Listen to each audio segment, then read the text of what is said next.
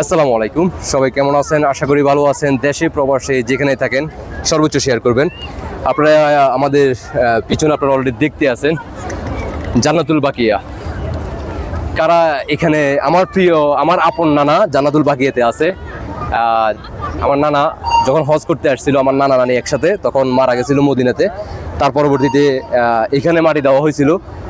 আত্মীয় স্বজন সবাই তখন বলছিল যে না, যেহেতু মারা গেছে জান্নাতুল বাকিয়াতে, তাকে মাটি দেওয়াই হয়েছে জান্নাতুল বাকিয়াতে।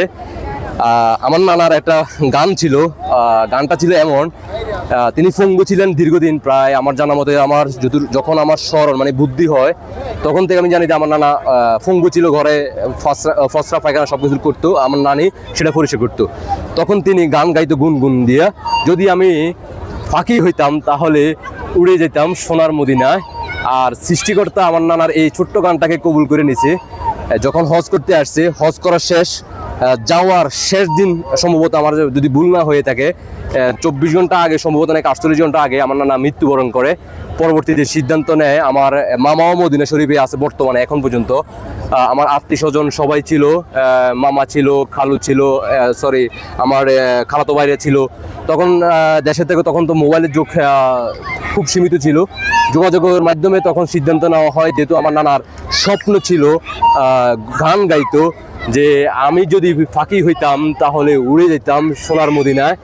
আর তখনই আমার নানারকে এই জান্নাতে মাটি দেওয়া হয়, আমার নানার স্বপ্ন পূরণ হয়। আল্লাহ যেন আমার নানাকে জান্নাতবাসী করে।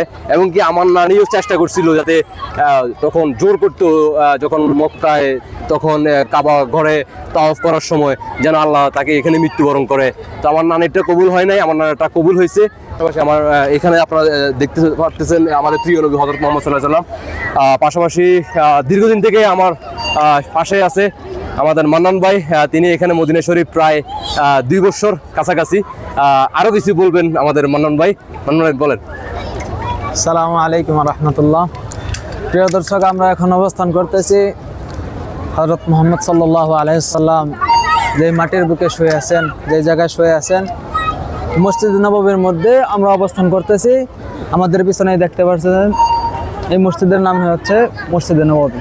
আর তার পাশেই যে আমরা দেখতে পারতেছি এই হচ্ছে জান্নাতুল বাকি, যে জায়গায় শুধুমাত্র ভাগ্যবানরাই শুতে পারে। তো সকলের প্রতি দোয়া ও ভালোবাসা রইল। আল্লাহ তাআলার কাছে দোয়া প্রার্থনা রাখি, আল্লাহ তাআলা সকল মুসলমান ভাই বোনদেরকে যেন জীবনে একবার হলেও মক্কা মদিনা ঘুরে দেখার তৌফিক দান করেন। আমিন। আল্লাহ তাআলা সকলের নেক আশা পূরণ করুক, এই প্রার্থনা করি। এই বক্তব্য বলে আমি শেষ করছি। আসসালামু আলাইকুম ওয়া রাহমাতুল্লাহ। সবাই ভালো থাকবেন, দোয়া করবেন। যারা প্রথমবার দেখতেছেন সর্বোচ্চ শেয়ার করবেন, অন্যকে দেখার সুযোগ করে দিবেন। আল্লাহ হাফেজ।